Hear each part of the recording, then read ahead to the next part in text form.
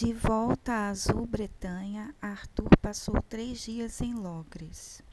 Em seguida partiu para o reino da Carmélida, impaciente para realizar suas bodas com a gentil Guenievra. Chegado o tão esperado dia, Ban e Bor conduziram a noiva à igreja, enquanto Arthur e o rei Léo-Dagão seguiam na frente, puxando o cortejo nupcial. O arcebispo celebrou o casamento real e, após um grande banquete, realizou-se um torneio d'armas, onde o cavaleiro Gauvin e seus companheiros deram mostras de grande destreza.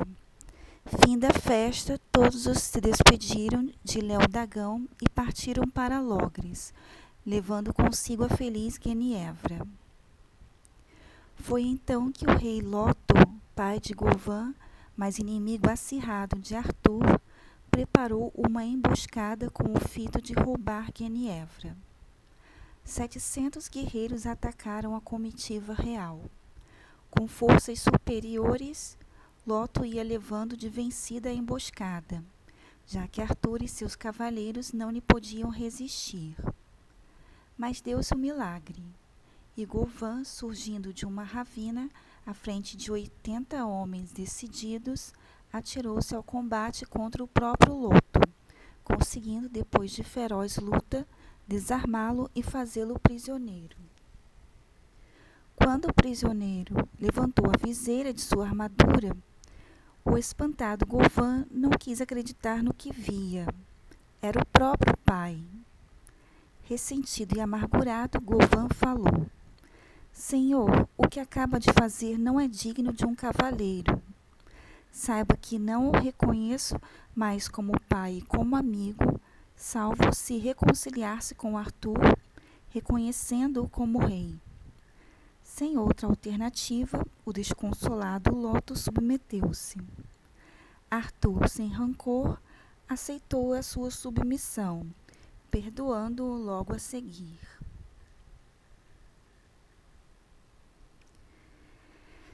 Chegados a Logres, celebrou-se um grande banquete, durante o qual Arthur prometeu: enquanto eu usar esta coroa, só presidirei as reuniões da Távola Redonda, depois de ouvir as aventuras em que meus cavaleiros se destacarem como verdadeiros heróis.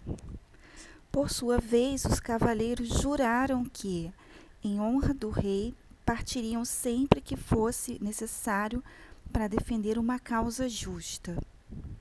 Ficou assentado que 4 escrivães do reino se incumbiriam de escrever todos os feitos dos heróicos cavaleiros. E este foi o começo da cavalaria andante.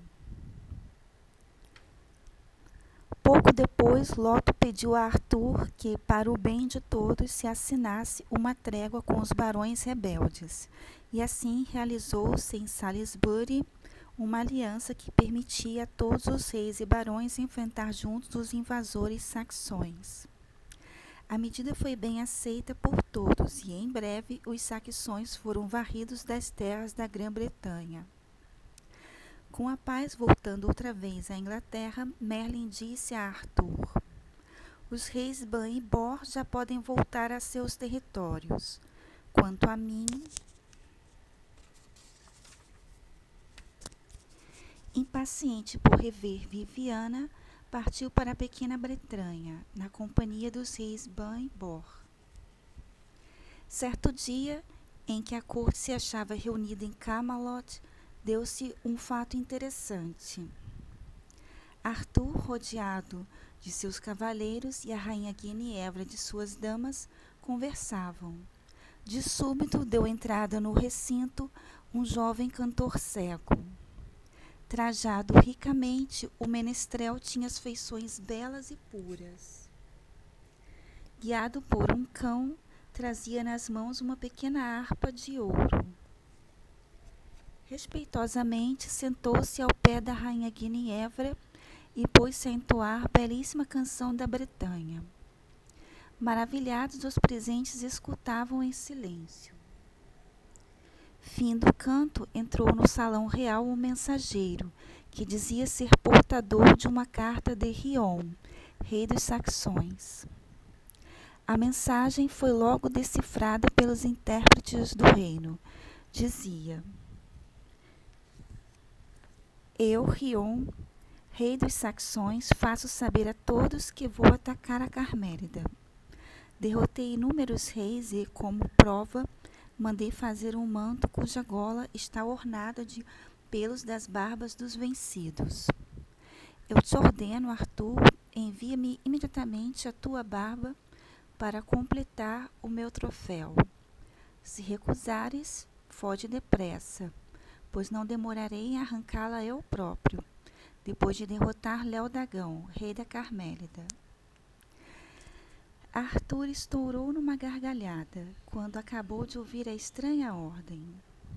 Entretanto, sem se enfurecer, pediu ao mensageiro que transmitisse ao seu senhor que ele estava à sua disposição. Quando já se retirava o mensageiro, o menestrel, que tudo escutara, levantou-se e murmurou ao ouvido de Arthur: Rei Arthur, se meu canto o agradou, dai-me em troca a honra de carregar vosso estandarte na batalha contra Rion. Ora, meu bom menestrel, disse Arthur, de bom grado o faria, mas como, se Deus o privou da visão? Mal terminara de expressar sua pena, o cego transformou-se num homem são e vigoroso. Para pasmo de todos, o rei e a corte inteira reconheceram nele o mágico Merlin. Preparou-se então uma expedição de emergência para socorrer o rei Leodagão. Ban e Bor, alertados por Merlin, juntaram-se aos combatentes. Caroese foi o palco da luta e Rion, vencido, foi morto pelo próprio Arthur. Depois de submeter os vencidos, Arthur entrou triunfalmente em Logres. Novamente Merlin teve que partir, e ao encontro de sua amada Viviana, na Bretanha. E uma vez mais Viviana o prendeu. Escudada no amor que Merlin lhe dedicava, a jovem dia a dia tornava-se tão hábil quanto seu enamorado mestre. 8 dias mais tarde, quando Merlin retornara para Logres, uma jovem donzela apresentou-se na corte montada no lombo de uma mula.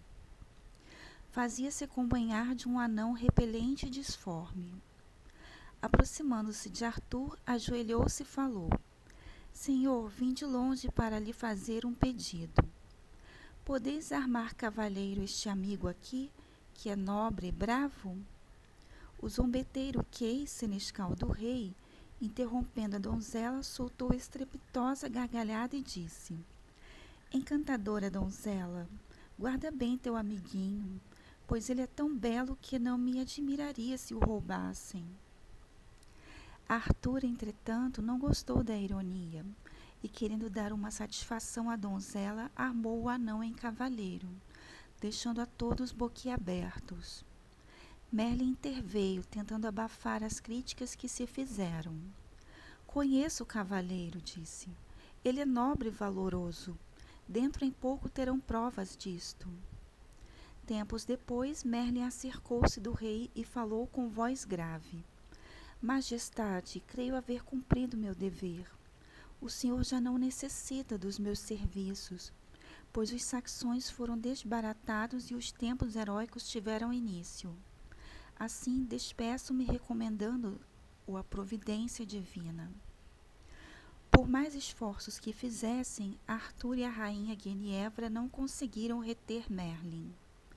Com os olhos cheios de lágrimas, Merlin partiu. Deixava a doce Inglaterra para ir se encontrar com Viviana, no reino de Benuíque. Como sempre acontecia, Viviana queria aprender mais. E tanto insistiu que Merlin concordou.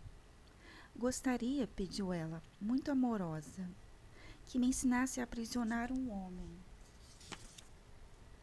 sem ser preciso acorrentá-lo ou jogá-lo num calabouço. E Merlin, mesmo sabendo que corria grande perigo, ensinou-a. Aproveitando-se mais tarde de um momento em que Merlin repousava, Viviana riscou-lhe em volta o círculo mágico que o aprisionava para sempre. E assim teve por toda a vida junto de si o homem que amava. Arthur, desconsolado, não queria acreditar que seu amigo o tivesse abandonado. Por longo tempo esperou sua volta. Gauvin, vendo-o inquieto, resolveu acalmá-lo. Majestade, disse, vou partir em busca de Merlin. Bastará 1 ano e 1 dia e juro-vos, hei de trazê-lo de volta. Gauvin partiu e, quando dias depois atravessava a floresta de Brocelianda, ouviu uma voz que lhe dizia: Gauvin, não desanime. Aconteceu o que devia acontecer.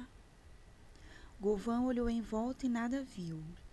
A voz continuou: Não me reconhece, Gauvin? Outrora você me conhecia bem. Sou Merlin, o mágico, a quem os fados fizeram prisioneiro eterno do amor. Eu passava por muito sábio entre os mortais.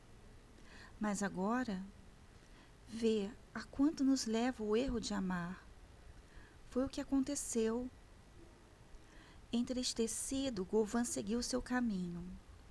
Ia tão absorto que não viu a aproximação de uma donzela montada no lombo de uma mula, a mesma de Camelot, acompanhada do anão. Gauvin passou de largo, pois nem notara a presença da moça. Pensei que Gauvin fosse um cavalheiro, disse a moça ofendida, mas já que ignora a cortesia, deve ser punido. E fez um gesto com a mão. Gauvin viu-se transformado em anão, enquanto o insignificante companheiro da donzela se metamorfoseou num elegante e belo cavaleiro. De fato, o anão nada mais era que um verdadeiro príncipe, condenado por má feiticeira a andar pelo mundo, feio e disforme, até que encontrasse um cavaleiro descortês. Para a felicidade de Gauvin, aquela punição não durou muito, pois logo na curva seguinte apareceram 2 homens armados que tentaram levar à força a donzela encantadora. Apesar da inferioridade física, o anão Gauvin não se atemorizou. Atirou-se contra os assaltantes em defesa da moça e teria sucumbido, não fosse a pronta intervenção dela. Já em fuga os assaltantes, a moça voltou-se para ele e disse: Não mereces castigo, Gauvin. Há pouco transformei-te em anão apenas para experimentar-te. Mas já que és valente e cavalheiresco, devolvo-te a aparência normal. Voltando a ser o que era, Gauvin retornou a Logres. Lá, diante de todos, contou o que lhe acontecera. E Arthur, pesaroso, soube por ele que jamais veria o seu fiel amigo Merlin.